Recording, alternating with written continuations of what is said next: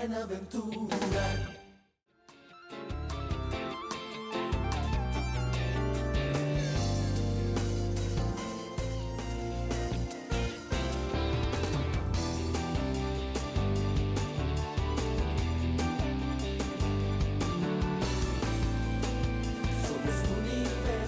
Bueno, nuevamente, muy buenas tardes para todos y para todas. Para mí es un gusto volver a reunirme con las escuelas normales superiores. Un saludo muy especial para la maestra Araceli de Tesanos, que nos ha venido acompañando también en algunas de estas cátedras. Qué rico tenerla aquí, maestra Araceli, por su generosidad con su tiempo y con su decir. El día de hoy, a usted, maestra.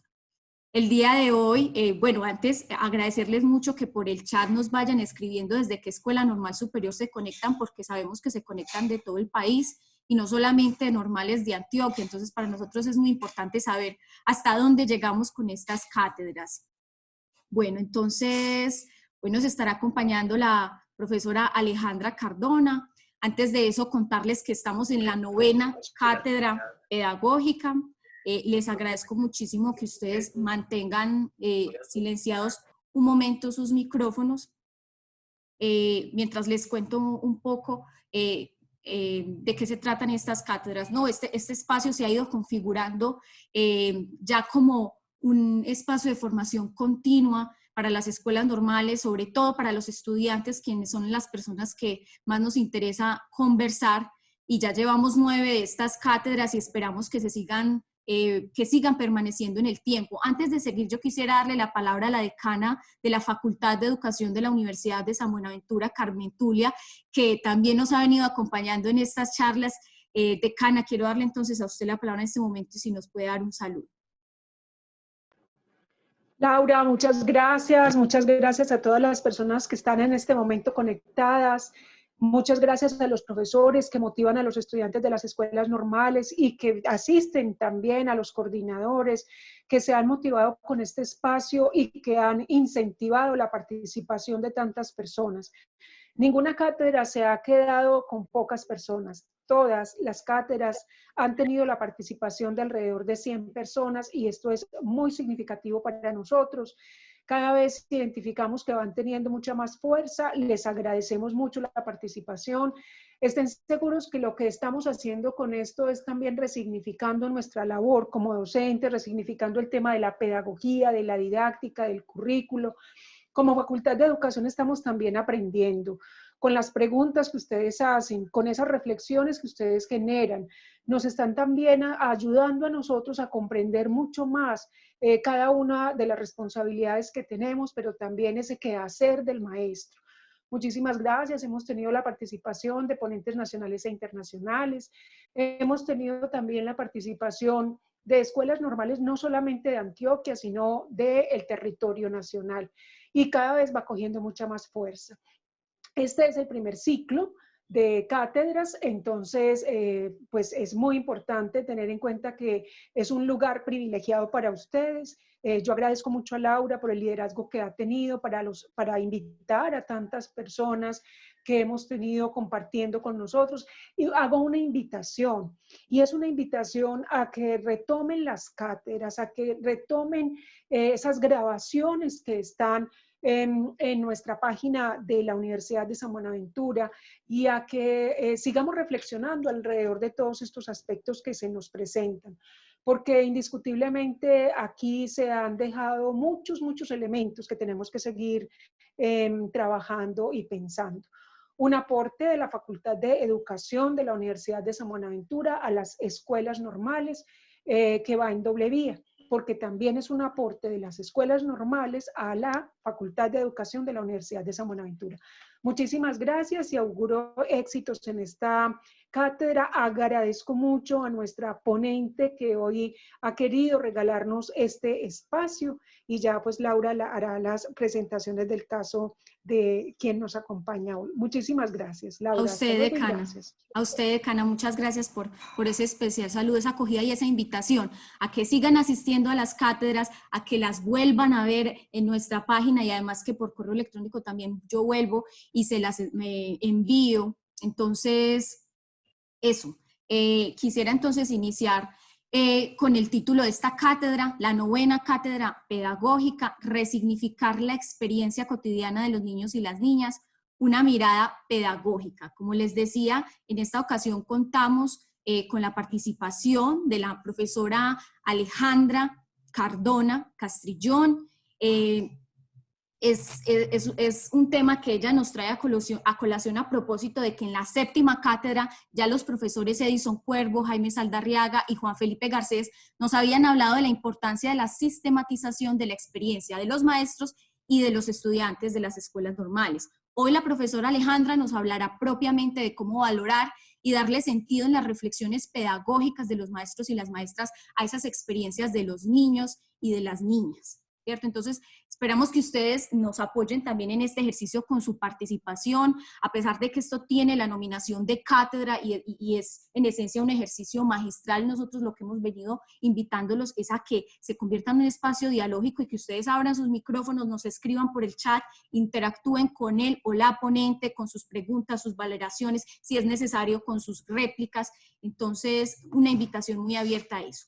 Antes entonces de iniciar, yo quiero brevemente presentar a la profesora Alejandra.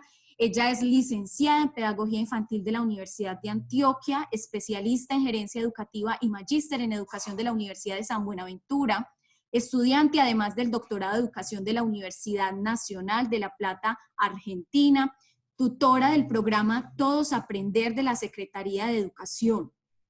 Y además es presentadora de este programa que supongo que muchos han podido ver a través del canal de Teleantioquia, y es Profes Melos. Qué rico que también nos hiciera alguna alusión a eso y nos invitara a ese importante proyecto, profe Alejandra. Ella también es docente de cátedra de la Universidad de Antioquia y también jurado del concurso del cuento Parque Arví. Entonces, recuerden pues en este espacio mantener silenciados sus micrófonos. Les agradecemos que constantemente quienes van ingresando nos escriban a través del chat desde qué institución educativa o normal superior se conectan, que nos escriban ahí sus preguntas, lo que piensan del espacio, de la ponente, de la temática, etcétera. Y tendremos abiertamente en todo momento el espacio pues como para las preguntas. Profesora Alejandra Cardona, quien también ha sido mi maestra en el pregrado, le doy la palabra y le agradezco muchísimo haber aceptado esta invitación para entablar diálogos con las escuelas normales superiores, no solo de Antioquia, sino de Colombia. Hola Laura, bueno, muchas gracias a todos por esta invitación.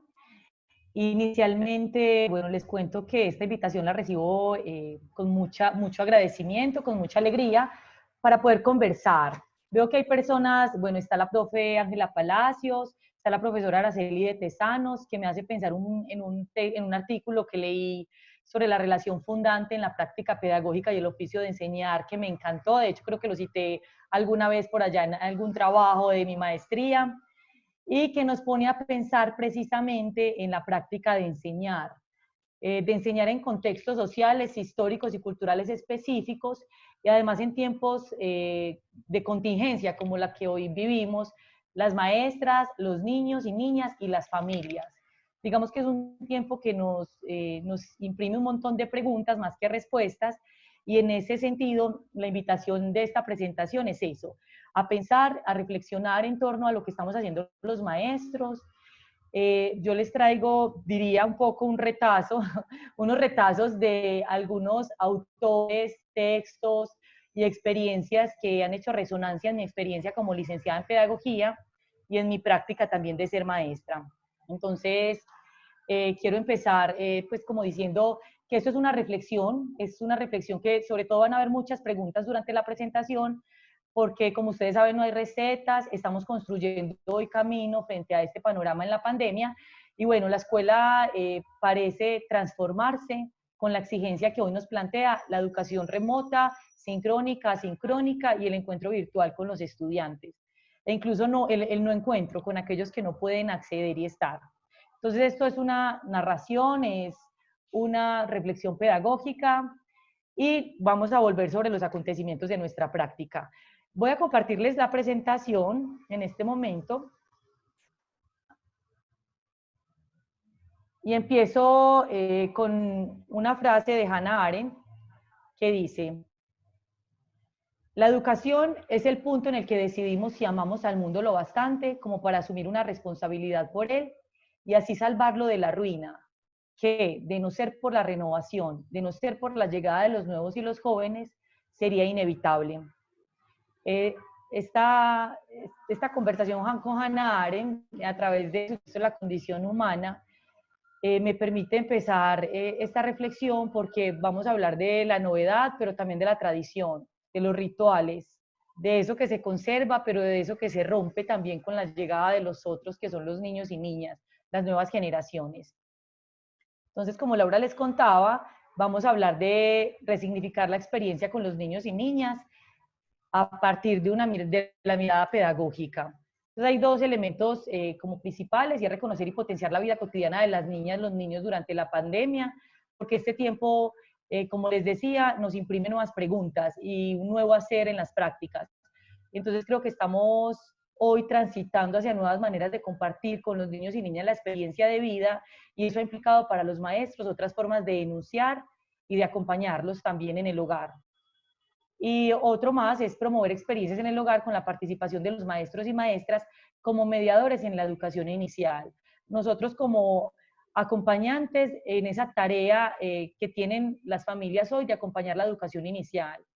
Familias que tal vez tienen otras experiencias distintas a las pedagógicas, que también han, digamos, capitalizado para acompañar a los niños y niñas desde los saberes culturales que ellos tienen. Entonces, quise como organizar esto en 4 momentos. El primero es reflexionar en torno a la experiencia cotidiana de los niños, niñas y sus familias en tiempos de cuarentena. El segundo es conversar sobre los escenarios e interacciones que favorecen la experiencia de los niños y niñas en el hogar. El tercer momento habla de unas provocaciones pedagógicas a manera de invitación para enriquecer esa experiencia de los niños y niñas. Y por último, vamos a hablar durante toda esta presentación. Vamos pues a habilitar los micrófonos cuando sea necesario. En estos momentos hago una pregunta para que ustedes en el chat les vamos a compartir en estos momentos un vínculo. En ese enlace vamos a responder qué experiencias se pueden promover para enriquecer el mundo de los niños y niñas. Vamos a intentar nombrarlo en una palabra. ¿Qué experiencias se pueden promover en el hogar para enriquecer el mundo de los niños y las niñas? Ese enlace los va a llevar a un elemento como estos, está la pregunta, y donde dice ingrese una palabra, van a ingresar esa palabra, ¿listo? Vamos a ver qué nos va apareciendo por acá. Acá vamos a ir viendo las respuestas y los aportes que ustedes hagan.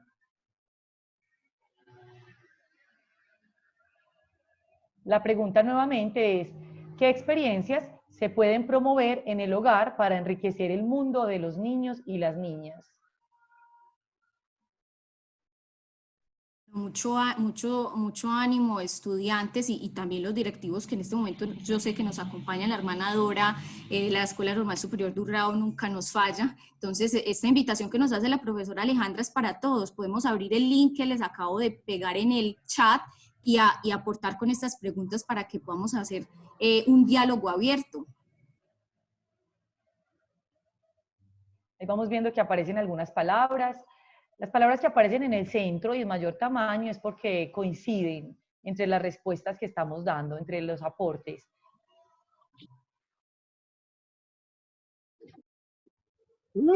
¡Hora!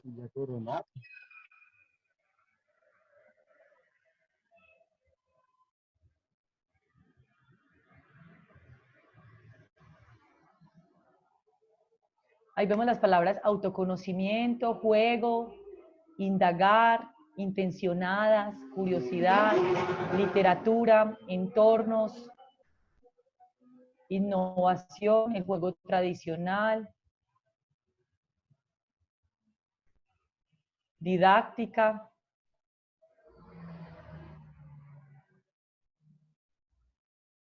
Por el chat también nos están ayudando, profesora Alejandra, nos dice María Fernanda, lectura, exploración de la naturaleza. Excelente. Vamos a esperar unos minuticos porque siguen participando algunas personas. Hay otras palabras, motivación, ambientes, estrategias pedagógicas, significativo, hay una palabra que aparece insistente y es creatividad y otra que es juego.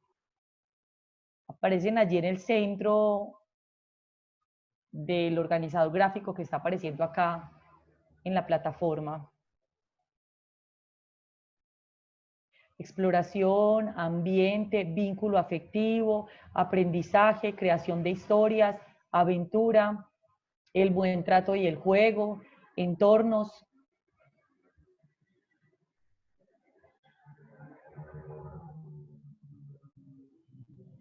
Todas las palabras que van apareciendo como tiempo, motivación y todas las que han dicho, nos permiten pensar un poco, aproximarnos un poco al tema de educación inicial y a pensar en las interacciones que los adultos tenemos con los niños y niñas. ¿Desde qué lugares tenemos esas interacciones? ¿Con qué preguntas nos acercamos a los niños? ¿Qué reconocimiento hacemos de esas prácticas que también aparecen en el hogar y que generan experiencias para los niños y niñas? Ustedes saben que no todo es experiencia. Hay acontecimientos que pasan de largo, pero hay otros que se quedan como huellas en la experiencia que luego retomamos en nuestra vida, que se quedan allí como improntas. Bueno, con todas esas palabras, ahorita vamos a ver que vamos a volver sobre ellas. Gracias por esa participación. Vamos a leer con las palabras que acabamos también de compartir este cuento, que nos habla de la experiencia cotidiana de los niños, las niñas y sus familias, una experiencia que se da en el entorno del hogar. Este cuento es de David Shannon y es No, David.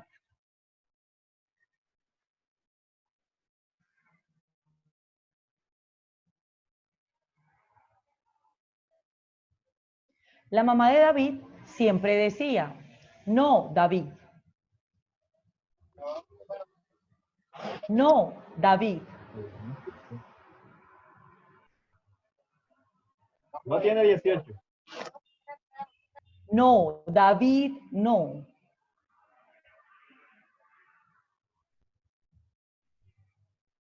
No, no, no.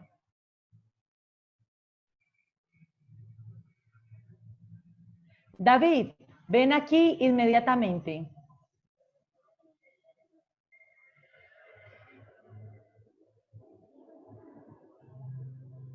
David, para allá.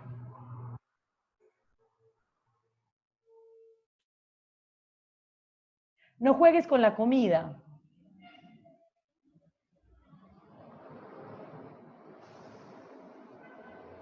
Basta ya, David.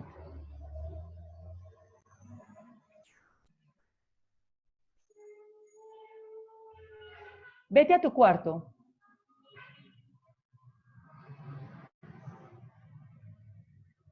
Aterriza de una vez. Deja de hacer eso ahora mismo. Recoge los juguetes.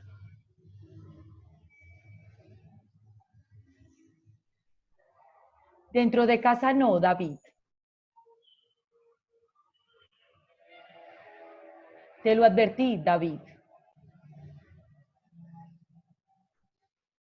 David, ven aquí. Sí, David, te quiero.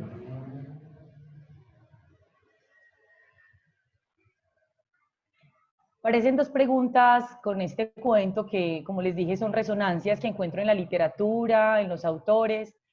La literatura infantil me parece un buen recurso para conversar entre maestros e incluso con las familias sobre aquellas cosas que acontecen en el mundo cotidiano de los niños y niñas. Estas dos preguntas son, ¿qué de extraordinario estaba viviendo David? La experiencia de David es compartida con los adultos.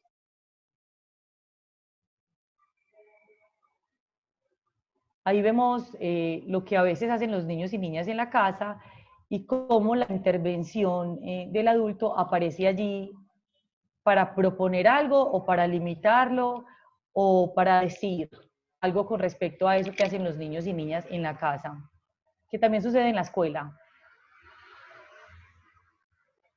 Si quieren pueden ir escribiendo en el chat lo que piensan con respecto a estas preguntas.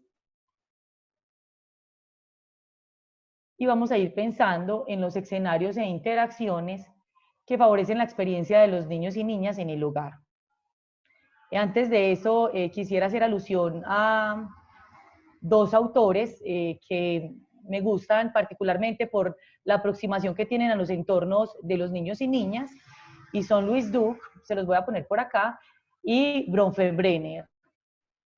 Louise Duke, antropólogo, y Bronfenbrenner es psicólogo, y ambos coinciden en algunos elementos que aparecen en la vida de los niños y niñas, en algunos entornos en los que los niños construyen identidad y se apropian del mundo. Por aquí, bueno, sí. profe Alejandra nos dice, Claudia Quintero, que todo es extraordinario para David porque su experiencia está mediada por la natural curiosidad de los niños. Muchas gracias, Claudia. Excelente. Y vamos a ver qué de eso cotidiano aparece en esos entornos también que hoy estamos observando. Duke propone 4 estructuras de acogida que ven a la izquierda y son la codescendencia, la corresidencia, la cotrascendencia y comediación. No se preocupen, a veces hay nombres ahí un poco técnicos, pero básicamente la codescendencia es la familia, según la teoría de Duke. La corresidencia es la escuela o esos entornos donde el niño y niña empieza a salir a un espacio cultural más amplio, a un espacio social más amplio. La cotrascendencia es el plano espiritual que él enuncia, y la comediación hace parte de los medios de comunicación. Estos entornos que él plantea coinciden un poco con lo que Bronfenbrenner plantea en la teoría ecológica de desarrollo humano, que habla del microsistema, que básicamente habla de esos sistemas o esos espacios, entornos en los que el niño establece una relación con otros en ese entorno inmediato. En este caso sería la casa, en los entornos comunitarios más cercanos. El mesosistema habla de la interrelación de 2 o más entornos. Allí aparece, por ejemplo, la familia, los otros familiares, la escuela, los amigos del barrio y otros entornos en los que el niño y niña empieza a establecer relación con otros y con el mundo. El exosistema es un entorno más amplio y habla de más entornos que no incluyen al niño, pero que definitivamente impactan los entornos y la vida y las concepciones y creencias que tienen los niños. Entonces, por ejemplo, donde trabajan los padres, otros familiares, los maestros, por ejemplo, los vecinos, y esto afecta obviamente lo que el niño va construyendo en su relación con el mundo. Es decir, el niño se va apropiando de unos saberes y de unas experiencias en estos diferentes entornos en los que va transitando, al lado de adultos, de pares y de otros seres que le hacen más amigable el mundo, pues pensándolo desde una perspectiva muy, muy romántica. Y el macrosistema refiere a las creencias, ideologías, leyes, sistemas religiosos. Entonces, como podemos ver, ambos autores coinciden en la presencia de diversos entornos en los cuales el niño encuentra un anclaje cultural, social, personal, para apropiarse del mundo y habitarlo.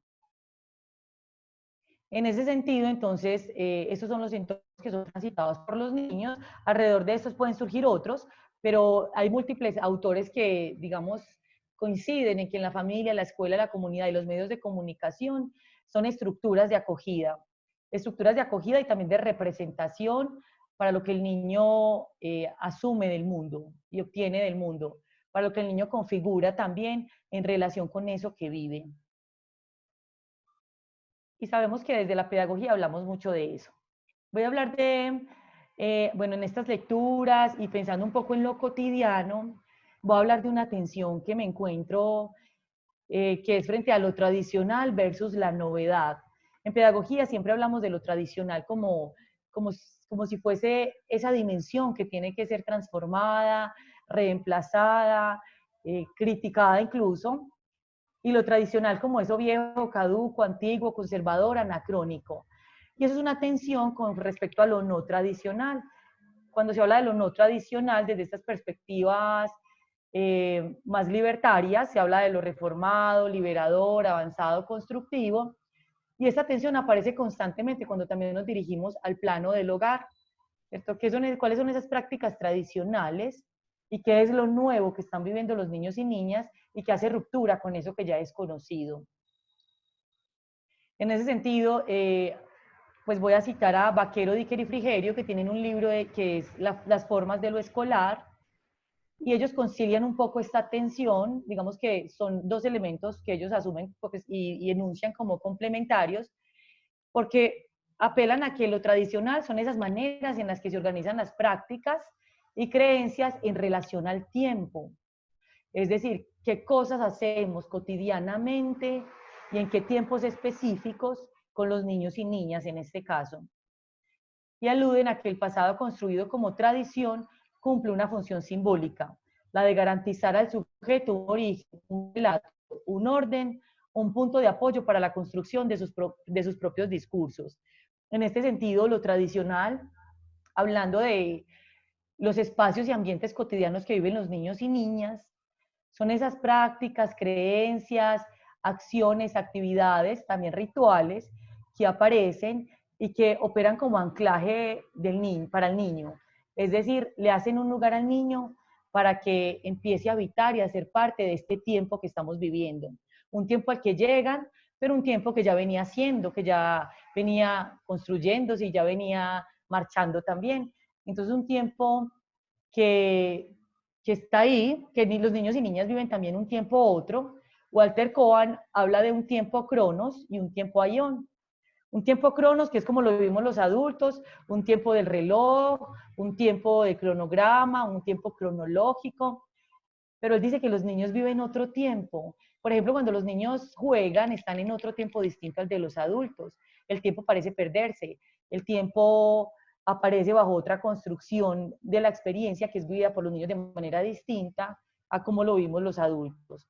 En ese sentido, lo tradicional aparece como aquello que los adultos y adultas portamos para transmitir a los niños y niñas, pero no solo los adultos y adultas, las culturas también sostienen ciertos lenguajes, prácticas, discursos, narrativas, historias, ¿cierto? Y eso en términos de las dimensiones políticas, culturales, sociales, que hacen que en esos tiempos de contingencia persistan algunos elementos también que nos vinculan con este tiempo, que es diferente, que hace ruptura, pero que finalmente hay que encontrar esos elementos de la novedad que también nos ponen a preguntarnos por qué cosas de eso tradicional o de eso cultural o de eso que vivimos cotidianamente deben romperse, transformarse o resignificarse en favor de lo que estamos viviendo, porque esto implica nuevas preguntas y un nuevo estar en el tiempo de la casa, en el tiempo del trabajo y en la relación con los otros. Estos mismos autores plantean que la novedad, dicen, con cada nacimiento algo singularmente nuevo entra al mundo, ¿cierto? Como que el nacimiento, como lo enuncia Arendt, la natalidad rompe con lo que estaba establecido para los adultos. Es decir, un nuevo integrante llega a las familias y con ese nuevo integrante aparecen nuevas prácticas y un nuevo hacer, unas nuevas interacciones también que se disponen para el otro. Entonces, un niño que nace es algo otro que aparece entre nosotros, algo otro que implica también esa novedad, no solo como nacimiento, sino también como ruptura de lo que ya veníamos viviendo, como otredad, como alteridad, como eso que nos presenta la resignificación de la experiencia también, porque nos implica hacer otras cosas nuevas. Sobre los niños desplegamos una innumerable cantidad de gestos destinados a reducir esa extranjeridad, a conjurar la alteridad radical que trae consigo cada nueva vida, para convertir a los recién llegados en uno de los nuestros. Eso es un poco las tradiciones. Vamos a hablar ahorita un poquito de los rituales. Ayer Yolanda Reyes hablaba de lo importante que son los rituales en la vida de los niños y niñas, sobre todo en este tiempo, que no están yendo a la escuela, que las formas de socializar con otros también han cambiado. Entonces, esos gestos hablan finalmente de nosotros como maestros y maestras, de esos actos pedagógicos, de ese recibimiento, de esos propósitos pedagógicos que también impregnamos en esas interacciones que vivimos con los niños y niñas. Entonces, hago algunas preguntas que me surgen al cuestionar, al leer, al releer, al encontrarme con estos autores y con la conversación con otros maestros, y es cómo acompañar los momentos de contingencia que experimentan los niños y las niñas.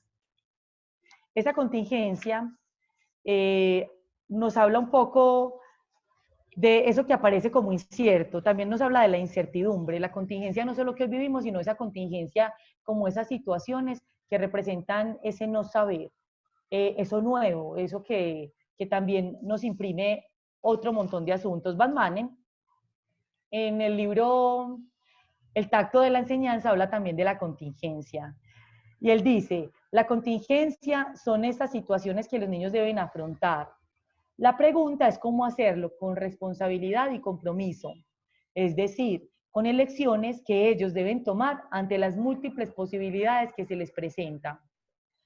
O sea que la vida contingente para Batman es eso de lo indeterminado, de lo impredecible, de lo que está sujeto al azar, en fin, esas circunstancias que también nos ponen en clave de incertidumbre, la incertidumbre con la que a veces no podemos, la incertidumbre que necesitamos explicar, expresar, la incertidumbre que aparece a veces en un lenguaje técnico para resolver los asuntos que se presentan, pero una incertidumbre que también es necesaria y que aparece en la experiencia.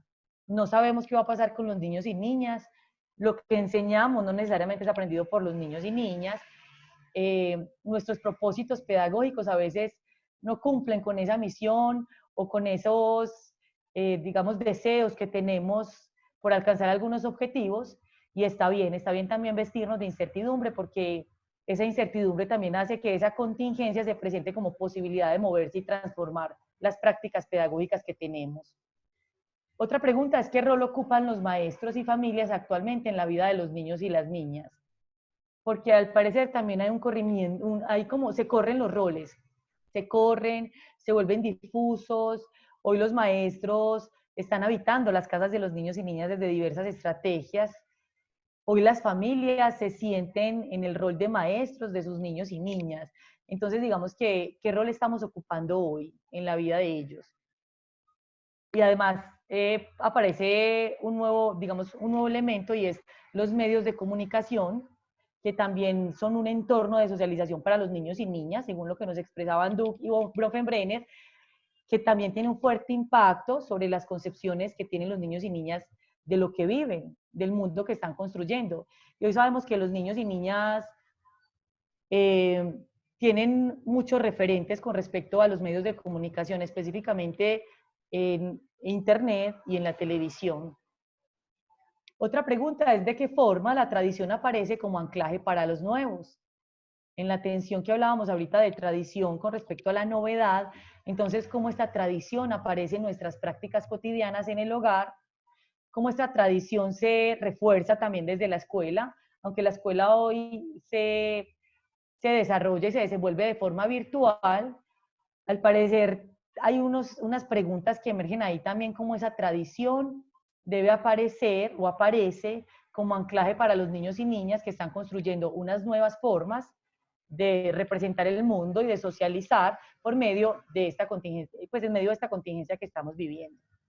No sé si hay elementos en el chat para compartir, o alguien quiere, no sé, compartirnos alguna experiencia o qué piensa con respecto a estas preguntas. Sí, por aquí, profesor, han escrito algunos. Maite Bernal: el mundo de los adultos por lo general restringe la curiosidad de los niños. Claudia Quintero nos dice: no es una experiencia compartida por los adultos en buena medida, y como para justificar de alguna manera por qué las familias necesitan orientación, saber cómo hacerlo de la manera más conveniente y asertiva. María Fernanda Bolívar nos dice que la vinculación de las familias en la población de educación inicial es determinante, no solamente por las interacciones que allí se generan, sino también por la creación de escenarios para su desarrollo y aprendizaje.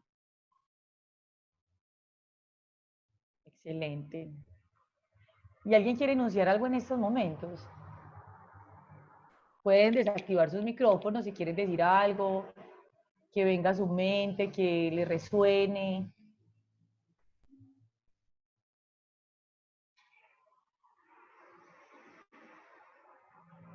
Bueno, y van quedando como esos interrogantes para la conversación con otros también. o para la reflexión. Bueno, en términos de esas prácticas cotidianas que vivimos en esos entornos de socialización, que sabemos que los niños y también los adultos transitamos, entonces aparecen unos rituales, y esos rituales no vistos como cualquier actividad que se rutiniza, es decir, algo que se hace todos los días. No porque algo se haga todos los días se convierte o es un ritual, ¿cierto? Sino entendido como esas acciones que están cargadas de un sentido específico, que representan una experiencia colectiva, que nos hacen compartir el mundo también con otros.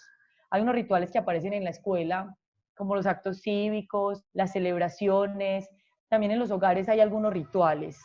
Vayan pensando en qué rituales aparecen en el hogar y que hoy toman mucha fuerza en esta contingencia. Entonces, los rituales como garantía de nuestra inserción en la historia. Hay cosas que las familias y los docentes o los adultos que recibimos a los niños y niñas intercambiamos con los niños, intercambiamos con ellos. Y en ese intercambio aparecen las creencias, la cultura, lo que hemos aprendido, también esas preguntas que van surgiendo con las transformaciones culturales de las que hacemos parte. Y en ese sentido, los adultos somos como testigos de eso a lo que los niños llegan. Y testigos, y en ese sentido testigos, para transmitir esos saberes con ellos. Y transmitir es como para pasar un saber también. Un saber que ellos construyen de manera distinta porque el contexto histórico, cultural y social que viven los niños efectivamente es bien distinto al que también hemos construido ya los adultos, por los tiempos que cambian, por las nuevas formas que ellos tienen para comunicarse, para relacionarse, para compartir con otros.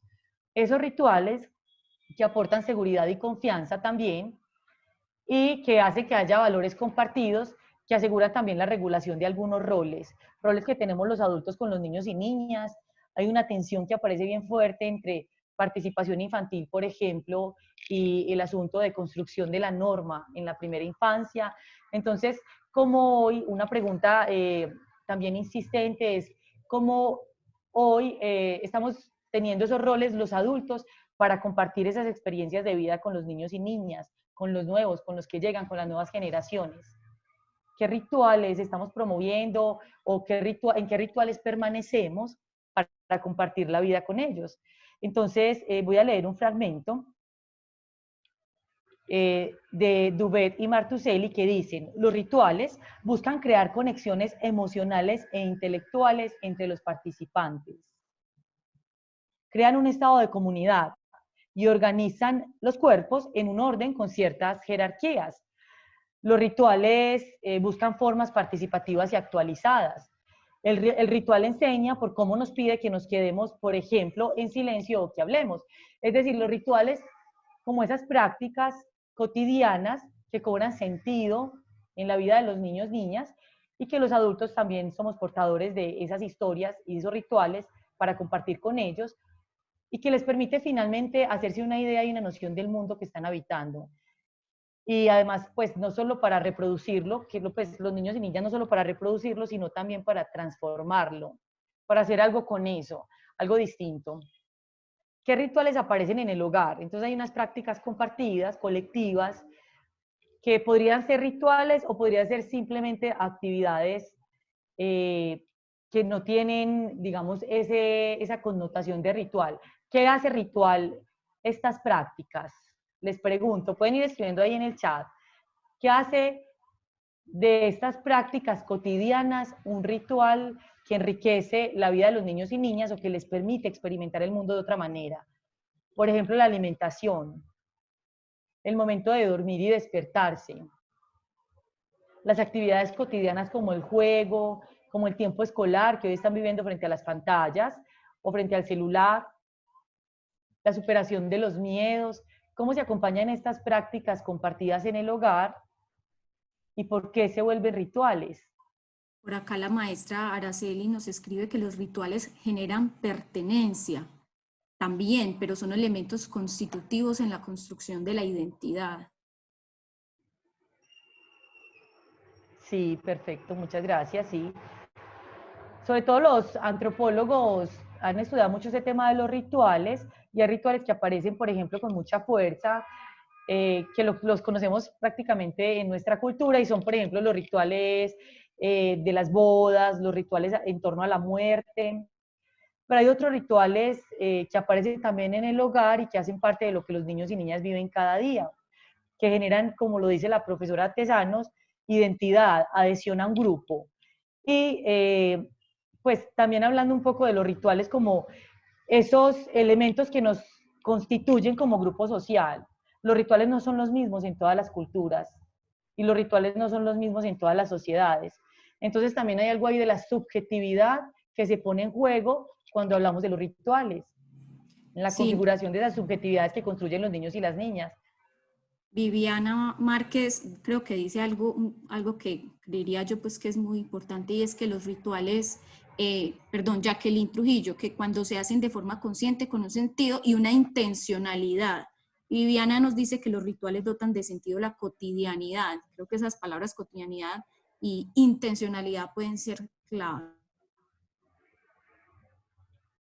Y quedan preguntas abiertas en torno a qué rituales compartimos en el hogar con los niños y niñas, las familias qué rituales acompañan y cómo los niños y niñas se apropian de ese entorno cultural, del ambiente social, también del mundo, ¿cierto? Del mundo físico y social a partir de estos rituales. Voy a una pregunta y ahí pongo como un frasquito que tiene una pócima, no para aludir a recetas mágicas, sino para pensar en también en los contextos particulares en los que emerge la experiencia de los niños y niñas. Creo que listar una serie de actividades para hacer con los niños no tiene tanto sentido como invitar a la reflexión de qué entornos vive el niño, quién es ese niño o niña que está del otro lado, cómo acompañar a los niños con las familias y en los hogares que habitan. Entonces hay una pregunta que es cómo se puede aprovechar la vida cotidiana para favorecer la interacción con las niñas y los niños. Y en esa vida cotidiana, pues aludimos a que se movilizan saberes, tradiciones, ideas, prácticas y relaciones que ofrecen experiencias para que los niños y niñas amplíen sus comprensiones sobre el mundo, lo vivan y lo disfruten. A veces, como que cuando estamos en la academia, tenemos un interés así desesperado por poner en un lenguaje técnico, por comprender de manera muy exhaustiva muchos elementos de la vida de los niños y las niñas. Siento que también otro elemento ahí importante que hay que reconocer es la observación de lo que viven los niños y niñas en sus ambientes cotidianos. Cómo el niño se cautiva con el agua que sale de una llave, cómo el niño se cautiva con un animal que apareció por la ventana de su casa, cómo el niño interpela también a los adultos cuando dice no estar de acuerdo con algunas de las cosas que se hacen o se dicen en su hogar. Bueno, cómo los niños van manifestando a partir de diferentes lenguajes, no necesariamente tiene que ser el lenguaje verbal convencional, sino a partir también del silencio, del enojo, a través del juego, que expresan bastante lo que sienten, cómo van expresando eso que sienten de la vida cotidiana, que viven, que perciben de la vida cotidiana. Hay un cuento que se llama Se necesita todo un pueblo, de Jane Cowen, y habla de cómo el montón de adultos que hay en una comunidad cuidan de un niño que se ha perdido. Entonces le ofrecen alimentación, le generan espacios de acogida, le permiten un escenario para que duerma, para que juegue, como que todos los adultos responsables de esa vida que está transitando el niño. Se lo recomiendo porque es un buen elemento para pensarnos también los adultos, cómo ser dialógicos y cómo pensar esas experiencias que viven los niños y niñas, no solo en la casa, sino también en la escuela y en la calle, en la ciudad, en el barrio. Otro elemento importante es la participación de los niños y las niñas en sucesos y situaciones. El diálogo acerca de lo previsto y esperado en el día a día son un detonante para que surja lo excepcional, lo asombroso e inesperado y se transformen en algo extraordinario en sus vidas. La participación, dice Tonucci en su libro La ciudad de los niños y las niñas, la participación no como esa expresión de que hable quien primero levanta la mano, sino como ese permitir y gestionar también espacios para que los niños puedan ser y hacer. Si pensamos en el cuento David No, podemos ver, pues, y hay una pregunta, ¿qué espacios de la casa estaban pensados para David? ¿Qué espacios se organizaron para que él pudiera habitarlos con tranquilidad, sin riesgo, a través del juego, a través de lo que él estaba haciendo con sus experimentos? ¿Cómo él podía apropiarse del espacio de la casa en compañía de sus adultos? ¿Cómo los adultos podían promover ese escenario? Prácticamente ninguno nos dice María Fernanda Bolívar. Uh-huh. Y a veces pensamos que los niños y niñas, pues queremos que los niños y niñas participen, pero no disponemos de escenarios y ambientes para que lo hagan. Y digamos que la participación aparece como un elemento muy autorizado por los adultos. Es decir, el niño participa cuando el adulto autoriza. Y ahí vemos unas jerarquías y bueno, una relación que a veces limita la participación de los niños y niñas, ¿cierto? Como que generar ambientes y espacios para que los niños puedan experimentar el mundo también es importante desde el hogar. Entonces, la relación entre el hogar y el escenario educativo se estrecha cuando los docentes hacemos una lectura comprensiva de la vida cotidiana de las niñas, los niños y sus familias. Y esa lectura comprensiva, yo creo que por eso le poníamos un subtítulo a esta charla, y era una mirada pedagógica, porque hay una palabra que también ustedes han nombrado y es la intencionalidad. Yo no sé, con los días también me voy preguntando si todas las relaciones e interacciones que tenemos con los niños deben estar cargadas de intencionalidades. Les dejo esa pregunta, pero claro, los maestros y maestras hemos construido una mirada como que se viste de intencionalidades para hacer que los niños lleguen a algún punto, ¿cierto? Para que los niños aprendan algo, para que los niños experimenten, para potenciar ciertas capacidades y habilidades. Y aun cuando no hiciéramos eso, les pregunto si es posible que los niños y niñas finalmente desarrollen esas capacidades, habilidades, potencialidades que intencionamos a veces los maestros. Porque ellos igual siguen interactuando con las plantas, con los muebles, con los escenarios de su casa, con la calle, con la escuela, con los otros, y en esa relación cotidiana también se van apropiando de ciertos elementos de su cultura. Entonces, digamos que hay una relación que está muy mediada por los adultos, y ahí queda la pregunta por la participación efectiva de los niños y niñas en esos escenarios y entornos. Otro elemento es el análisis de las situaciones de la vida cotidiana. O sea, hoy estar pensándonos la vida cotidiana implica observar con lupa y con una mirada abierta esos espacios de los niños, esas expresiones, esas interacciones, esas maneras de hacer de los niños que son diferentes a de los adultos. Los adultos ya hemos establecido, pues como que tenemos incorporadas unas normas, algunos adultos diría, porque también es como un aprendizaje constante que no termina nunca, pero los adultos aparecemos como referentes en la vida de los niños y niñas. Entonces, ese análisis de la vida cotidiana tal vez nos permita mayor reflexividad y cuidado en los espacios que compartimos con ellos, para enriquecer las experiencias, para reconocerlos, para escucharlos, para aprender también otras maneras en las cuales los niños hacen el mundo, se apropian del mundo y hacen del mundo algo propio. Que ahí es como lo esencial. Y bueno, en este momento voy a hablar de las familias porque como maestros y maestras estamos llamados hoy a compartir el escenario con las familias. Creo que hoy más que nunca he visto, yo pues desde mi experiencia como maestra, una interlocución con las familias que se produce a partir de de toda la cuarentena, de todo este tema que estamos viviendo. Entonces, aquí surge como manera de invitación pensar en propuestas para que las familias puedan aprovechar las vivencias cotidianas y generar la vinculación activa de los niños y niñas a ellas. Volvemos al tema de la participación, de cómo fomentar la exploración, curiosidad, como que no tenemos que tener un montón de materiales, tal vez no, las familias tal vez no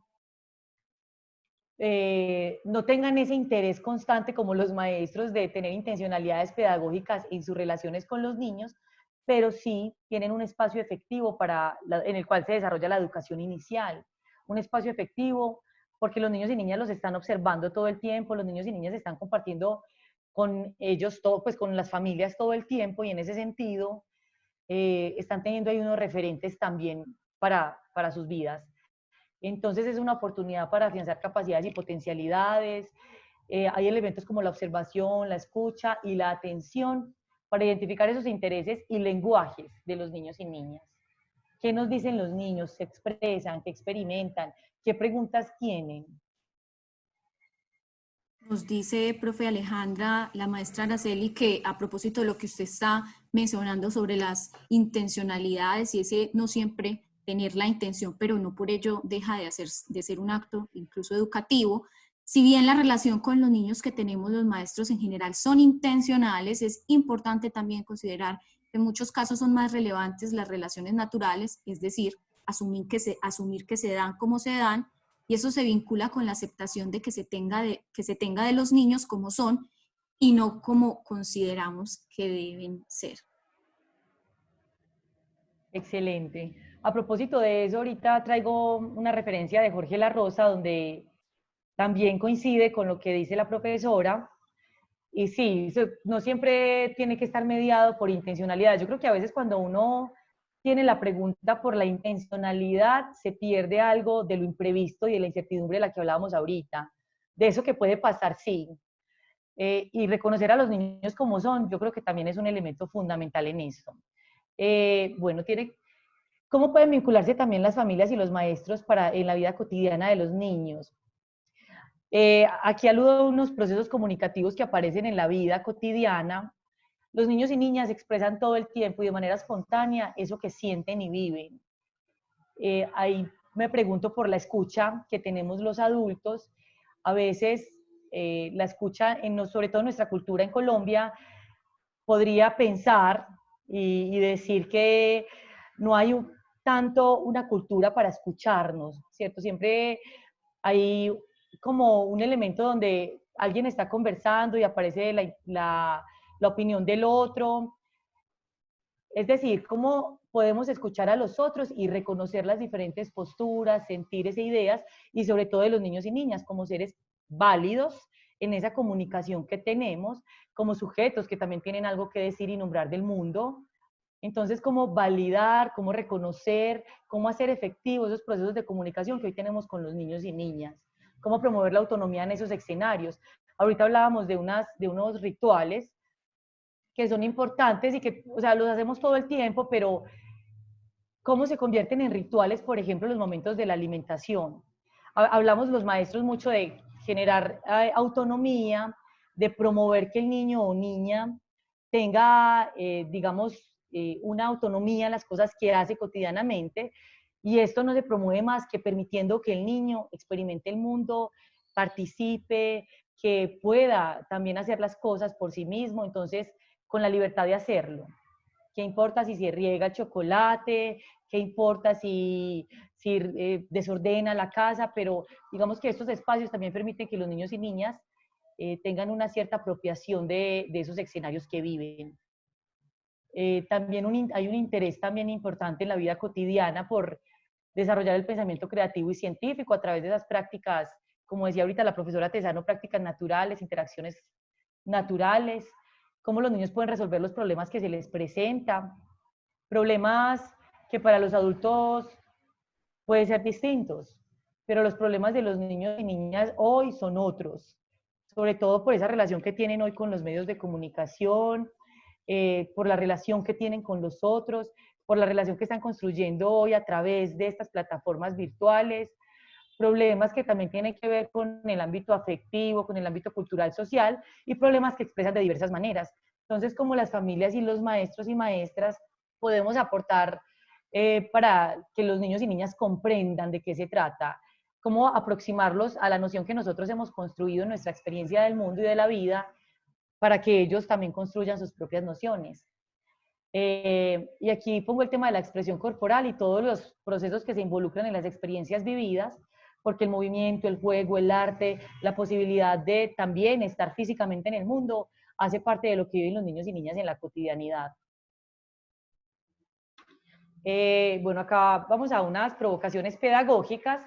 Voy a hablar de 4. pueden existir otras, ustedes nos pueden compartir más a partir de la experiencia y de las resonancias que tengan.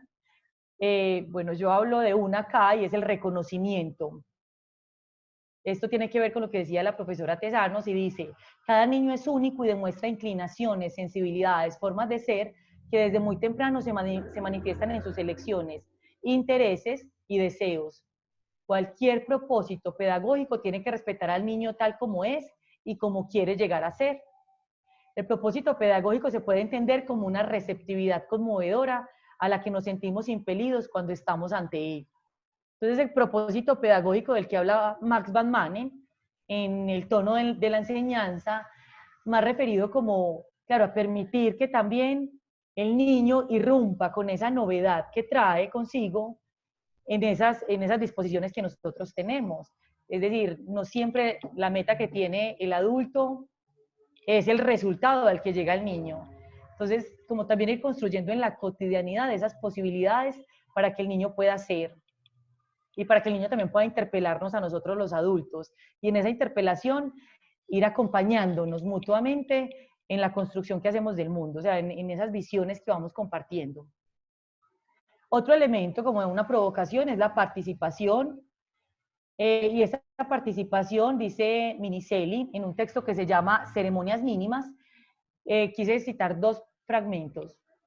Cuidar de que se den determinadas condiciones de posibilidad para que se produzcan ciertos acontecimientos.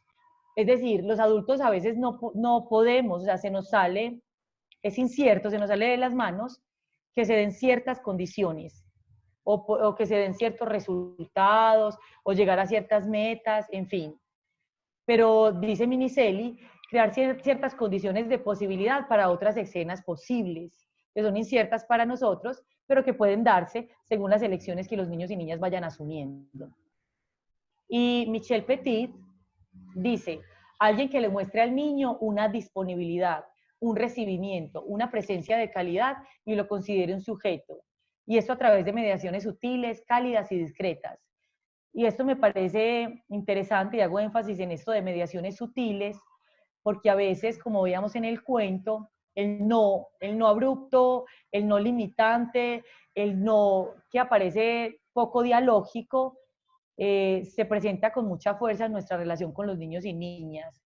Entonces, si debe aparecer el no, pues debe aparecer el no en esas relaciones, o debe aparecer el no acompañado de qué otras palabras, o qué otras relaciones e interacciones promovemos con los niños y niñas para que realmente se sientan recibidos, para que esa presencia genere otras condiciones de posibilidad para los niños y niñas. Entonces, pues quise traer estos fragmentos para pensar un poco en esos ambientes cotidianos, cómo pueden nutrirse también. Y nutrirse desde otras perspectivas, digamos que son de mayor colaboración con los niños. Los niños son seres que se inventan un mundo a partir de los objetos concretos que tienen, a partir de esa imaginación que siempre están desarrollando con cada cosa. Entonces, ¿cómo acompañar ese mundo que los niños están construyendo, ese mundo real y ese mundo simbólico, a partir de esa mediación que hacemos los adultos? A partir de ese tomarlos de la mano y acompañarlos a que transiten el mundo, a que transiten esos entornos de los que aludíamos ahorita, ¿cierto? La casa, el entorno de la familia, el entorno de la escuela, el entorno de la calle, cómo hacer que la calle sea más amigable para los niños, cómo hacer que la escuela reciba a los niños y niñas, los acoja y sea hospitalaria, cómo hacer que el hogar tenga un espacio también para ellos, que ellos sientan que tienen un espacio para poder expresar, jugar, sentir, y bueno, para que sean reconocidos allí como sujetos que también son, pues que también son parte de nuestras familias. Y otro elemento es el juego.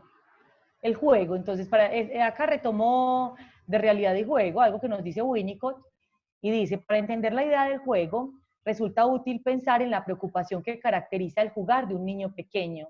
El contenido no importa, lo que interesa es el estado de casi alejamiento, afín a la concentración de los niños mayores y los adultos. El niño que juega habita en una región que no es posible abandonar con facilidad y en la que no se admiten intrusiones. En el juego, y quizás solo en él, el niño o el adulto están en libertad de ser creadores. Y el juego, acá, el juego aparece, cuando hablamos de los niños y niñas, vemos que siempre aparece el juego como un tema insistente en nuestras conversaciones, porque incluso en la política pública aparece como actividad rectora, en diferentes elementos. Graciela Montes habla de la zona indómita, de eso que no está afuera, ni que hace parte, ni que está dentro, ni que hace parte de la dimensión psíquica, sino que está como en un espacio intermedio. Y de eso nos habla un poco Winnicott, en una región que no es posible abandonar con facilidad. Como David No, el cuento de David No, nos permite encontrar que los niños y niñas todo el tiempo también están habitando los espacios cotidianos a partir de la relación con las cosas y con los escenarios. Es decir, a partir de jugar con todo. Y jugando representan lo que viven, jugando se comunican con los adultos, jugando pueden experimentar el tiempo distinto también. Y como dice Winnicott, jugando pueden ser creadores de nuevos mundos. Jugando, también la lectura aparece como un elemento acá, como provocación para compartir ese espacio cotidiano con los niños y niñas. Albert Camus en El primer hombre habla de cómo la lectura que hacía un maestro le permitía olvidar el espacio de hacinamiento y pobreza que vivía en su vida cotidiana y le permitía habitar otros mundos con otros personajes y ser parte de esos otros mundos. Entonces, estas provocaciones a manera de invitación es para que las pensemos, para que miremos cómo opera esto en la vida de los niños y las niñas y cómo podemos enriquecer esos escenarios también con la disposición que nosotros los adultos creamos para los niños y niñas. Y disposición tanto física, es decir, cómo organizamos espacios para que los niños tengan un espacio dentro de los hogares, dentro de las escuelas, en los que se sientan reconocidos, en los que se sientan también acogidos. Pero además del espacio, como las actitudes, como la conversación con ellos, también puede significar un elemento de reconocimiento de ese otro. Porque los niños y niñas, pues ellos tienen una habilidad para reconocer quién los valida, quién no los valida, quién tiene un vínculo afectivo con ellos, quién no. Y en esa medida es importante reflexionar en torno a las experiencias cotidianas que compartimos con los niños y niñas. Y por último, la escucha. Bueno, la política de la escucha es una manera de afectar y ser afectado por los otros. Un hacer crujir los mandatos que nos fijan al momento de cartografiar lo que acontece, de las repercusiones anímicas que nos provocan, de las elaboraciones y formas de expresión que ensayemos. Una sutil escucha. Entonces, la escucha, pues yo diría la escucha y la observación, porque son elementos son como elementos sensibles que nos permiten reconocer qué está pasando con los niños y niñas. A veces, bueno, observando a los niños nos damos cuenta de qué está aconteciendo en su vida, de que llegaron tristes a la escuela, o por ejemplo, por estos días que estamos con encuentros virtuales con ellos, casi que hemos entrado a las casas donde ellos viven y nos hemos podido dar cuenta de su panorama, de otro montón de tradiciones, creencias y relaciones que surgen en su vida cotidiana y que a veces pasábamos por alto en la escuela. Creo que escuchar a los niños y niñas implica también reconocer las diferentes formas en las que ellos expresan. Y ya hemos hablado de algunas, ¿cierto? El juego, el dibujo es otra forma en la que los niños expresan eso que quieren decir. La escucha como ese elemento que no para demandar del niño la palabra, sino también para reconocer que no solo es la palabra la que aparece para que el niño se exprese, aparecen otros elementos que hay que reconocer, pues y que ustedes más que yo, que tienen experiencias en otros contextos, en otros lugares, que también comparten con niños y niñas, pueden ir reconociendo qué permite es escuchar a los niños.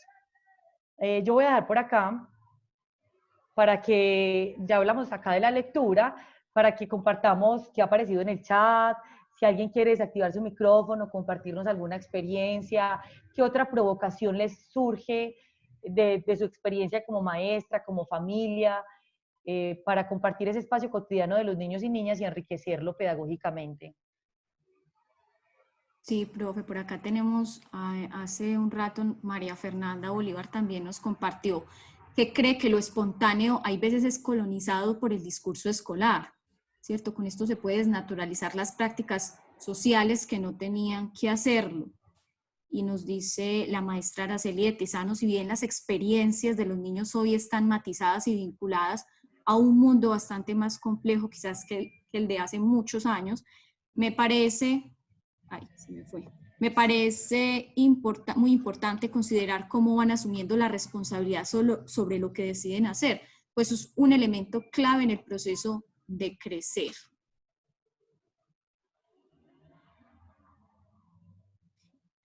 Sí, de hecho, el tema de la tradición que hablamos ahorita es como compartimos con los niños y niñas esos ciertos saberes que les permiten también hacerse responsables de esas decisiones que van asumiendo. Y responsables tanto de las causas como de las consecuencias que implican esas decisiones.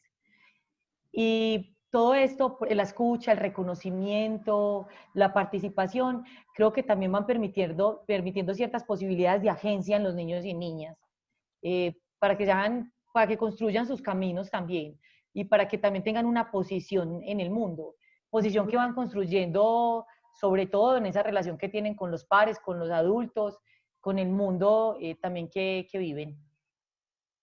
Creo, profe Alejandra, también muy importante rescatar como esa acotación que nos hace María Fernanda y es la colonización de los discursos, ¿cierto?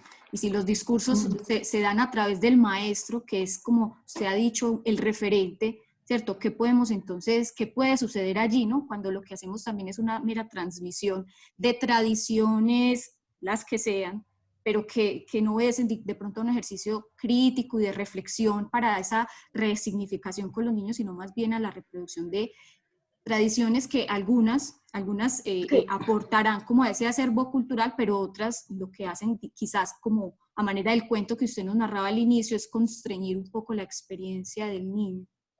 Muy rico que abran los micrófonos, María Fernanda, maestra Yo voy a dejar de Araceli. compartir la presentación Sí. para poder vernos. Sí, qué rico que se animen a hablar porque están haciendo aportes muy significativos y hoy han participado mucho, profe Alejandra. Entonces, muy rico escucharlos. A ver, quisiera decir algo, Laura y Alejandra, porque me resulta súper importante, porque además de lo que ya dije, yo creo que las experiencias de vida de los niños, ¿sí? Es necesario mirarlas como un proceso donde ellos van construyéndose a sí mismos y son capaces de objetivarse a sí mismos. Y desde esa objetivación que tienen de sí mismos, poder establecer las diferencias con los otros niños, o sea, con sus pares. Y reconocer esas diferencias es muy importante para que aprendan y para que se haga posible una convivencia razonable entre ellos. Una de las cosas que más me ha impresionado a mí de esta historia de la pandemia, y lo digo por mis nietos, es que lo que les hacen falta son los amigos. O sea, la pandemia se volvió una cosa mucho más livianita, desde que como se aflojaron las cuerdas de las cuarentenas y demás, ¿sí? Empezaron a aparecer los amigos en la casa. Entonces ya la cosa era lo mismo, ir al colegio no, o sea, ¿qué me importa? O sea, porque la gente que a mí me importa está en mi casa o yo estoy en la casa de ellos. Entonces yo creo que ese proceso de convivencia entre ellos es de lo que no sabemos mucho. O sea, porque lo miramos siempre como desde nosotros mismos y no desde cómo establecen las relaciones entre ellos, que son muy distintas a cómo los adultos establecemos las relaciones entre nosotros y cómo los adultos establecemos las relaciones con los niños. O sea, esas relaciones entre pares a mí me parecen fundamentales. Y yo he buscado para tratar de entender qué le pasaba a Vicente y a Pascual, pero no he encontrado mucho. Pero sí lo pasan bomba desde que se acabaron las cuarentenas rígidas, eso está súper claro. Profesora, y algo más sorprendente aún que a mí me ha causado como conmoción es que también extrañan a las profesoras, aluden a que extrañan a las maestras y las maestras, he visto maestras llorando porque extrañan a los niños y niñas y a la escuela. Entonces, eso rompe como también con las miradas que teníamos de la escuela, de una escuela que coarta, una escuela que limita, una escuela como esa máquina para educar de la que hablan en algunos autores. Claro, ya la escuela es otra cosa, ya la escuela pasó a otro plano y presenta como una nueva significación tanto para los maestros, familias y niños también. Sí, es muy distinto. Sí. Pero bueno, en ese sentido, pues como las preguntas quedan abiertas, ¿cierto? ¿Cómo acompañar esa experiencia cotidiana que viven los niños? ¿Cómo nuestros nietos, sobrinos, estudiantes nos están dando cuenta de que construyen otros escenarios distintos al margen de la escuela, al margen de las familias? Y hoy la relación que los niños y niñas tienen con las nuevas tecnologías creo que también implica unas reflexiones importantes desde la escuela, porque la socialización que establecen por allí, pues yo veo también a mis sobrinos en el celular, en el computador, y al parecer no les hace falta nada más. Y están en clase, pero tienen 3 páginas abiertas donde están jugando, están siguiendo a un youtuber y logran hacer eso al tiempo.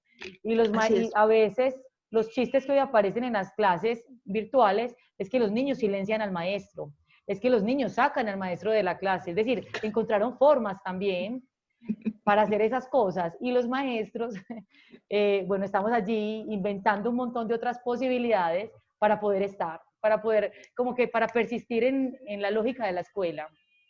Pero es bien interesante todo eso que nos ha puesto la pandemia también a los maestros para pensarnos. Claro. Bueno, Además que, no sé qué piensas tú, Alejandra, pero yo creo que los maestros hoy en día no pueden pelear con la tecnología, ya no. sino No, más bien conversar con la tecnología, a ver cómo se hace para usarla a finish, o sea, como para que realmente sea un instrumento, o sea, claro. una herramienta poderosa, que puede llegar a ser muy poderosa, y sobre todo para que los niños, que es una de mis preocupaciones mayores, aprendan a controlar su uso. Sí. O sea, se hagan responsables ellos de decir, no más, hoy se acabó, cierro esta vaina. O sea, eso Sí. para mí sería, porque yo creo que eso es una conversación que hay que tener. Totalmente. Y yo creo que este tiempo nos obliga a ser más amables con la tecnología y con las miradas que teníamos sobre la educación virtual. Y creo que también yo que soy maestra, yo tengo clases con niños y niñas virtuales, pero yo no me siento trabajando la virtualidad todavía, porque enciendo una cámara y trabajo una presentación con diapositivas, que es lo mismo que hacía en la escuela con un tablero. Es decir, siento que también hace falta mucho ese tema de la experiencia virtual, ampliar la mirada. Y creo que no sé si vamos a volver distintos a la escuela, ojalá, pues es como, vamos a ver qué pasa, pero creo que esto nos acerca mucho más a esta comunicación en red. Sí. Sí, profe Alejandra, y además pues esa es la experiencia también de los que tenemos red. Aquí tenemos maestros y maestras, directores que viven en veredas de todo el país, ¿no? De Urabá, de Urrao, de Chocó, o sea, se nos conectan personas de todas partes y las experiencias en vereda, un poco desde educación en tiempos de emergencia, de primera mano, el profesor Edison Cuervo y yo conocimos profesoras que tenían que ir a veredas donde ni siquiera llegaba la señal del celular.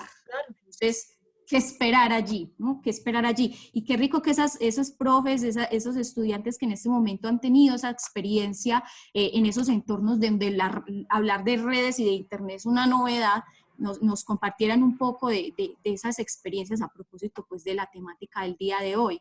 O la escriban a través del chat, muy rico que abrieran sus micrófonos también. Laura, Maite. te comparto una experiencia que tuvieron las profesoras de preescolar. Duraron como un mes y medio trabajando desde los WhatsApp, de llamadas, videollamadas, pero individual con los niños.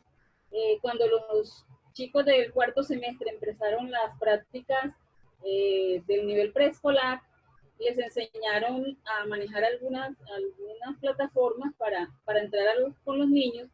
Ellos tuvieron la experiencia y se veían los niños llorar. Lloraban los niños viendo a sus compañeros, viendo a su profe. Y dicen los padres dicen que ellos querían tocar la pantalla del computador para tocar a sus compañeros. Entonces, eso es una experiencia muy importante y hermosa. Ellos lloraban mirando a sus compañeros y decían en voz alta los nombres de sus compañeros, porque sí los alcanzaron a conocer pues en la presencialidad. Entonces, es una experiencia, y para los que no tienen mucha conectividad, les hacían videollamadas y también cuando veían a su profe lloraban. Entonces, miren esa experiencia tan hermosa. Entonces, Sí. Sí, Maite, muchas gracias. La profe Alejandra o la maestra Lacele, si quieren hacer alguna Sí. devolución. Que hay una, pues con la presentación del programa Profes Melos, le contamos a las personas, a la profe Araceli, de que de pronto, para contextualizarla, es un programa que se creó en televisión, en un canal regional, para que los niños y niñas que no tienen acceso a otros medios para articularse a la escuela, puedan acceder a este programa. Entonces se dan varias áreas: lenguaje, matemáticas, ciencias naturales y ciencias sociales.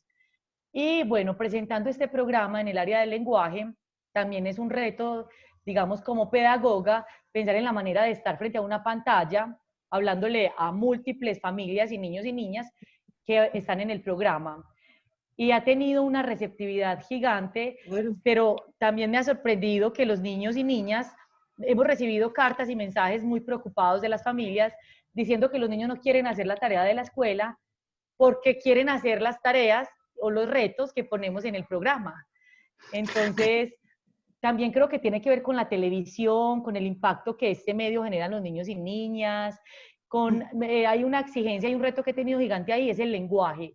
Cada vez que voy a presentar el programa digo, ¿qué lenguaje usar para que todos me entiendan? Adultos, niños, niñas, de Mompox en el Chocó, en La Guajira, en Antioquia.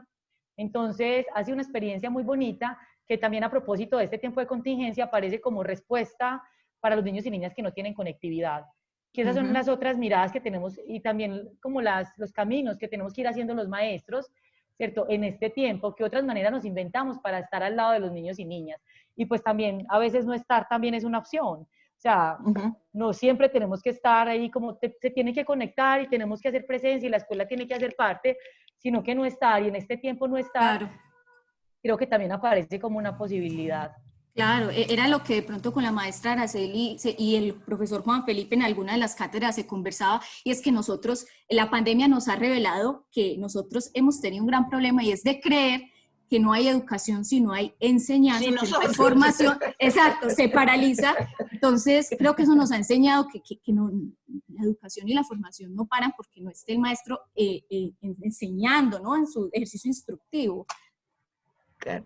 Hay otra cosa que es muy interesante, Alejandra, porque me parece muy fascinante lo que están haciendo, pero lo interesante es la reacción de los muchachitos respecto de que es mucho más entretenido lo que pasa por la tele que lo que me manda a hacer el maestro, ¿te das cuenta? O sea, yo tengo un nieto del medio, porque tengo 3, él hace lo que quiere, o sea, lo que le interesa hacer hace, lo que no le interesa hacer no hace. La mamá ha hablado no sé cuántas veces con el francés de profe que tiene, porque está en el liceo francés, igual que la madre. Y el profe francés ha sido de una sabiduría infinita, porque primero ha hablado con él personalmente y Vicente le ha explicado qué es lo que le gusta y qué es lo que no le gusta. Entonces, con esas explicaciones personales, sí, vea no sé qué, porque debe haber sido a través de WhatsApp o alguna vaina por el estilo, Vicente sigue haciendo lo que quiere. Entonces, a él le gustan las matemáticas, pero esto de las vainas de la historia y el francés, y no, a él es matemáticas y ciencias y esas cosas, pero el resto no le importa. Y yo creo que lo otro lo va a hacer solo, o sea, da lo mismo. Cuando se vea obligado, lo hará. Entonces, quizás yo tengo unos criterios poco ortodoxos para una maestra de escuela que soy, ¿sí? Pero yo creo que los tiempos de los muchachos para generar sus relaciones con el conocimiento son distintos. Y no necesariamente son los que dicen ni los programas de estudio, ni los que pensamos los maestros. Entonces hay que estar muy a la escucha. Entonces ese programa de tele me parece fascinante, o sea, porque les da a los chicos una libertad de hacer lo que quieren. Sí. Y eso no quiere decir que no aprendan, porque los nenes siempre aprenden, da lo mismo. Claro. Perdón, pero yo soy muy poco ortodoxa para esas cosas. Pero sí, ellos siempre están aprendiendo, además uno siempre piensa que es el que va a poner como maestra. A veces uno tiene la idea de que yo, maestra, le voy a poner la experiencia al niño para que la viva. No, ellos ya están construyendo y viviendo experiencias y no tienen que ser las mismas que yo viví, son otras distintas. Claro. hay cosas de las que los niños y niñas hablan que para uno, yo nunca pensé poner eso en mis intencionalidades pedagógicas. Pero el niño dice, profe, recuerdo cuando nos hablaste de la araña. Y yo, ¿qué? Eso no está en mi plan de área. Y Claro. efectivamente es lo que el niño recuerda. Entonces, creo que también hay que, pues sí, es que ese tema de lo cotidiano, de lo que le interesa realmente a los niños y niñas, y qué es lo que están viviendo hoy, con los Exacto. desafíos que está planteando el mundo, son las preguntas que hoy debemos tener como maestros y maestras. Exactamente. Es que, yo creo que todo lo que estamos viviendo nos puso delante de los ojos así, ¿quiénes somos nosotros? Sí. O sea, ¿realmente quiénes somos? Porque esa es la gran pregunta. Es decir, si somos realmente personajes que somos capaces de gatillar el crecimiento intelectual, emocional, físico de los niños. Porque para eso estamos. Entonces, mi pregunta siempre va para allá. O sea, ¿qué hacemos con toda esa cantidad de vainas que nos manda el Ministerio de Educación, que dice que se llama currículum esa vaina? ¿Sí? Y cuando en realidad eso tiene muy poco que ver con los intereses de los muchachitos. Las experiencias Entonces de la ellos. pregunta es, de las experiencias que ellos tienen, o sea, ¿cómo? Porque el gran reto es cómo yo asumo la cotidianidad de mis alumnos, de una diversidad maravillosa, ¿sí? Y tratar de más o menos poder pasar algunas de las cosas que dice el ministerio que hay que aprender. ¿Cómo articular? Digamos. Sí, porque también hacerle la jugada, hacerle la jugada a la escuela también es un tema, porque hay un currículo que está establecido, pero uno sí puede filtrar asuntos. Claro. Obviamente, claro. También recorta elementos a partir de los intereses, a partir de lo que vive con los niños y niñas en el aula. Y hoy más con la flexibilización que implican estos medios. Absolutamente. Y para eso tenemos que aprovecharlos, para demostrar evidencias empíricas de que eso que está escrito ahí en realidad sirve para tres cosas, que me encanta, que eso yo lo aprendí en Colombia, para nada, para nada y para nada. Bueno, muchas gracias, maestra. En términos del desarrollo de los muchachitos. Sí. Bueno, alguien de las escuelas normales o de otras instituciones que yo sé que aquí nos están acompañando, incluso profes de otras universidades, quiere también hacer una pregunta, hacer alguna valoración, abrir su micrófono, escribirnos a través del chat. Aprovechemos este espacio dialógico con la maestra Araceli y con la profesora Alejandra que nos brindan en torno a las experiencias. Bueno, mientras se van entonces animando, yo quisiera, desde el título de la cátedra, me ha resonado mucho ese tema de las experiencias y me parece muy relevante, y a propósito de las experiencias personales que como maestra he tenido en distintas universidades y con distintas licenciaturas, he tenido la oportunidad de acompañar este curso de sexualidad y educación, ¿cierto? En la primera infancia, y siempre que se toca ese tema, pues surgen patrones, ¿no? Patrones como risas, se sonrojan, acaloramientos, entonces, y una serie de diálogos muy interesantes con los y las estudiantes en mi experiencia, y eso me hace pensar entonces, a propósito de la resignificación de la experiencia con el otro, si para el maestro la experiencia de la sexualidad del otro que es cotidiana, que la experiencia de la sexualidad es cotidiana y en todos los espacios, no solamente en la casa, no solamente en el baño, no solamente en la escuela, sino en todos los espacios, si esa experiencia sexual con la sexualidad del otro nos parece bochornosa como maestros, nos parece voluptuosa o escandalosa, quizás, ¿cierto? Lo digo también por la experiencia que he tenido. ¿Qué esperar entonces de esa resignificación de las experiencias que el maestro realiza con el otro? Máxime, si como usted lo dijo, profe Alejandra, somos un referente y además cargamos a nuestra espalda tradiciones, ¿no? Tradiciones que a veces tienen más sesgos que posibilidades, ¿no? De alguna manera demarcan comportamientos, actitudes, lenguajes con el otro. Entonces me surge esa pregunta en torno a esta discusión. No es menor la pregunta. Toda tuya, Alejandra, yo no tengo nada que decir. No, estaba pensando, Laura, mientras hablabas, hay un recurso que yo siempre uso para hablar de cosas incómodas o de cosas que sonrojan a los maestros y a las familias, y es la literatura. Me Ah, encanta, claro. porque es poner el tema sin decir lo que está directamente allí.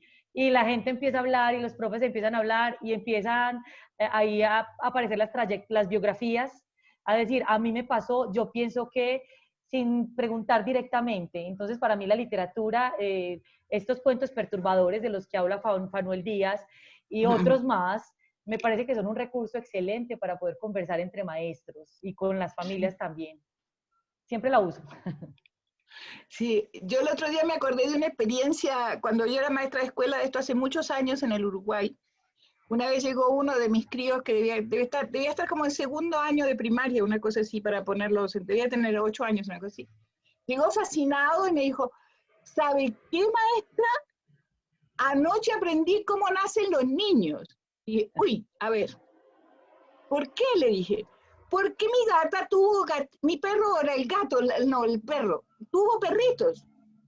Y mis papás me dijeron que así como salían los perritos de la perra, salen los bebés. Entonces le contó a todos sus compañeros, ¿sí? Esa semana tuve visitas de casi todos los papás de la clase, ¿sí? Claro. ¿Qué era lo que yo había hablado con los niños sobre el nacimiento de los bebés? Piense que estamos hablando de los años 65, 66, ¿sí?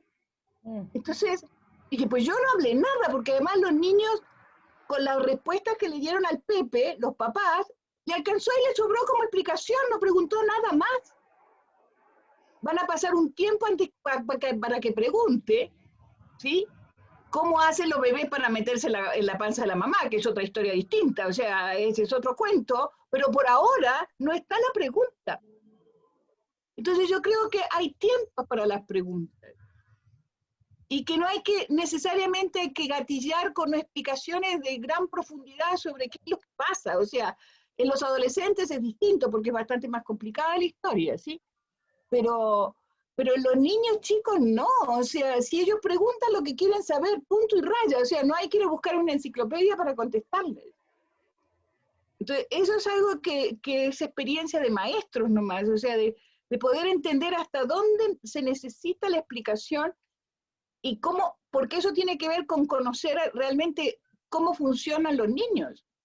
Ahora, los adolescentes creo que es otro tema, y yo estoy de acuerdo con Aleja que es fantástico el tema de las novelas, es súper, porque yo lo hice con mi hija y con mi nieta. Funciona súper bien. Y además que ahí complementando, pues, o más bien reafirmando lo que dice la profe, las preguntas no siempre necesitan respuesta.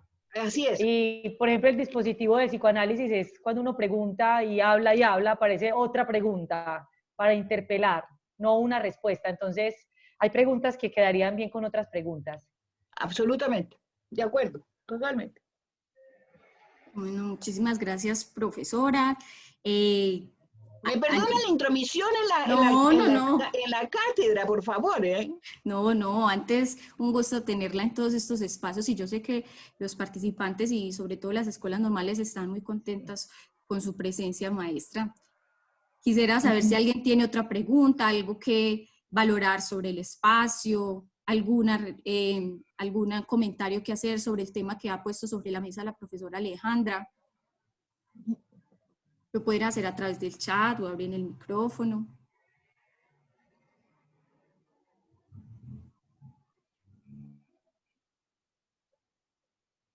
¿Están muy callados hoy? Sí. Hoy están tímidos, pero también muy tímidos. Sí.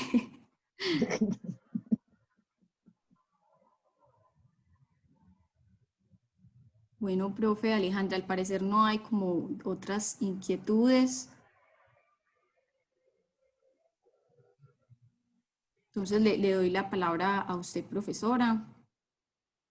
Bueno, yo creo que ya con esto podemos ir cerrando la conversación y las reflexiones. Quedan abiertas las preguntas para seguir pensando. Bueno, no, muchas gracias, Laura, por el espacio que nos ofreces para conversar. Interesante también en todo este tiempo poder hablar con otros acerca de las resonancias que vamos teniendo en la vida académica, pedagógica y en la experiencia cotidiana. Muchas gracias, profe Araceli, por los aportes, por la conversación, por su experiencia y bueno, excelente espacio.